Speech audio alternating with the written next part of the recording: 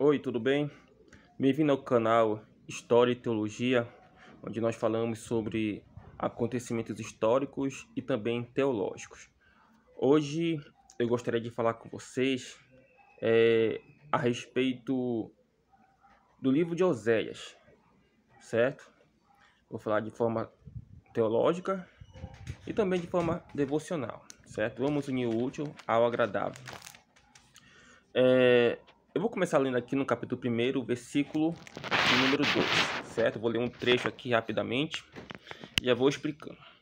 Quando o Senhor começou a falar por meio de Oséias, disse-lhe: Vá, tome uma mulher adúltera e filhos da infidelidade,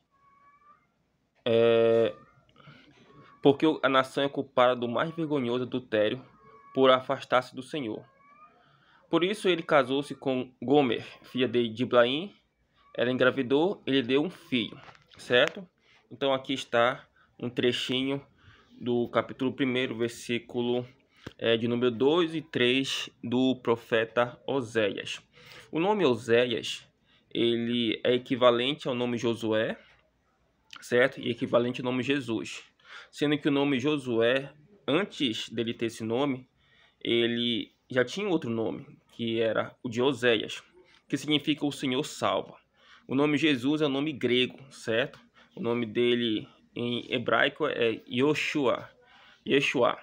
Então, Oséias já significa o quê? Salvação. Deus ele salva por meio, certo, do seu instrumento. Então, Oséias aqui é classificado como um dos profetas menores do Antigo Testamento, pela brevidade do seu conteúdo do livro. Ele tem uma missão que é uma das mais bizarras e estranhas, relacionado à servidão, a serviço do Senhor. Porque Oséias ele tem que se casar com uma mulher que vive uma vida promíscua, uma vida à margem da lei mosaica. E até mesmo nos dias atuais, porque essa mulher ela é uma pessoa que não tem fidelidade. Ela não sabe o que significa fidelidade no seu vocabulário prático. Já Oséias é totalmente diferente dela, porque ele já sabe o que significa fidelidade, tanto a Deus como de forma matrimonial. E Oséias ele recebe uma ordem de Deus para se casar com esta mulher chamada Gomer, e com ela ele tem 3 filhos, certo? E aí cada filho que ele vai tendo é um sinal de como Deus está com o povo de Israel. O Israel é o reino do norte, que fica acima. Norte, Israel, e sul, Judá. 2 reinos que foram divididos após Salomão morrer. Então, Oséias recebe essa missão e ele tem que se casar com uma mulher que não sabe lidar com a questão de fidelidade. Muito pelo contrário, ela é infiel a Oséias. Pois bem, Gomer é uma mulher que, digamos assim, simboliza o estado do povo de Israel. Israel estava adulterando espiritualmente contra Deus.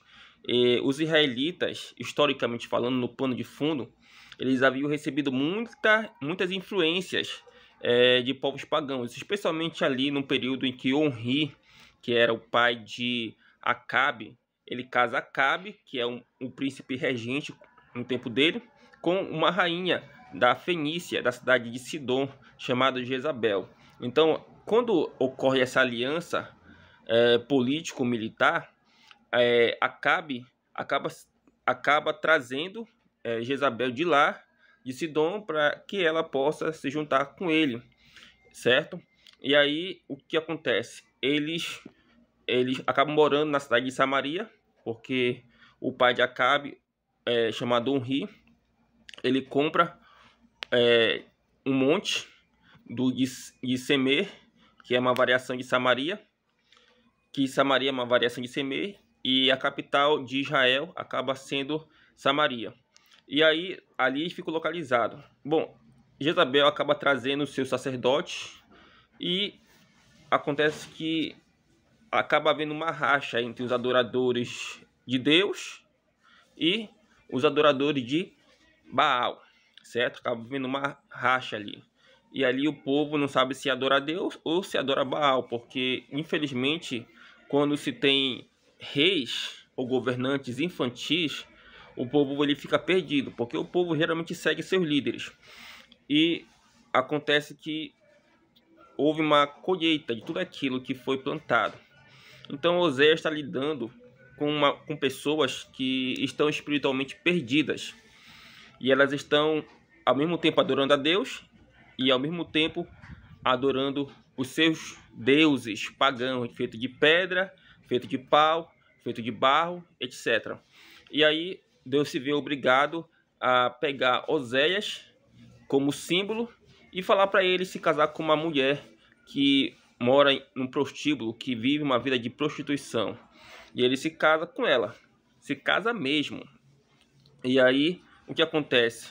Oséias certamente ele deixa muitas pessoas que servem a Deus confuso, e até mesmo as pessoas que não servem a Deus, porque como é que pode um homem de Deus se casar com uma mulher que é infiel ao próprio Deus que ele serve?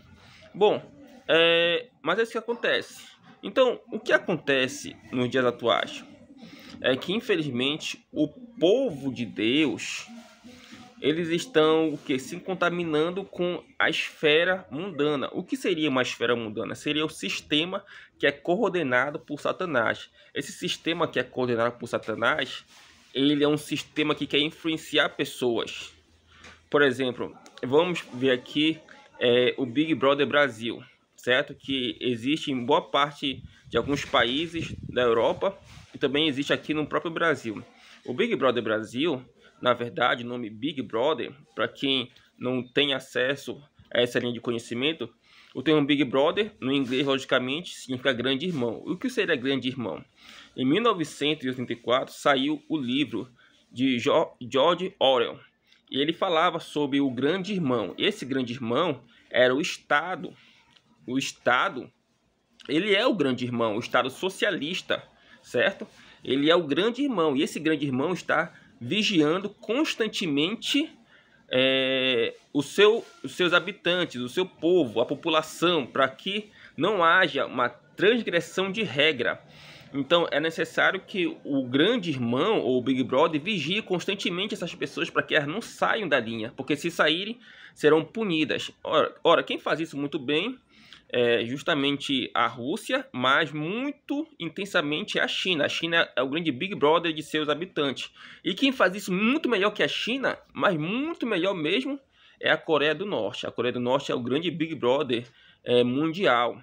Então, eu dei esse exemplo do Big Brother para ver como é que funciona a esfera do sistema controlado por Satanás. Satanás, ele é o Big Brother, ou seja, o grande irmão que controla as pessoas que estão sob a sua influência. E muitos, infelizmente, que serviram a Deus uma vez e hoje já estão com a sua vida quebrada, estão sendo controlados, certo? Estão sendo cegos e indo por um barranco, por água abaixo. Mas por que isso acontece? Porque uma vez serviram e agora já não servem mais.